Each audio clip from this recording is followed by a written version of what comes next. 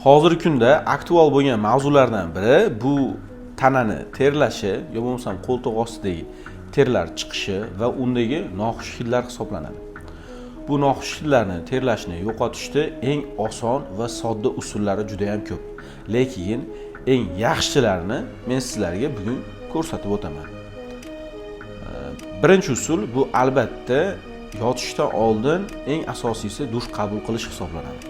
Ertalab emas, obedda emas, eng yaxshisi bu kechki payt dush qabul qilish. Dush harorati ham unaqacha issiq ham bo'lmasligi kerak, suv unaqacha sovuq ham bo'lmasligi kerak. O'rtacha tana haroratiga yaqinroq, o'rtacha 30-35 gradus atrofida bo'lgani ma'qul.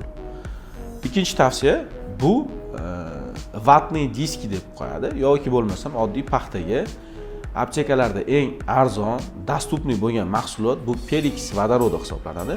O'sha Perix vodorodni olib, ozgina tekkizib, qo'ltiq ostilarini artish va terlayotgan sohalarni artish ularni hidsizlantiradi va terlashni to'xtatadi. Uchinchi tavsiyamiz esa bu oddiy uyda topiladigan chayniy soda. Chayniy sodani olib, ozgina maydalab va uni paxtaga tekkizib va yana o'sha terlovchi tana sohalariga surtish hisoblanadi.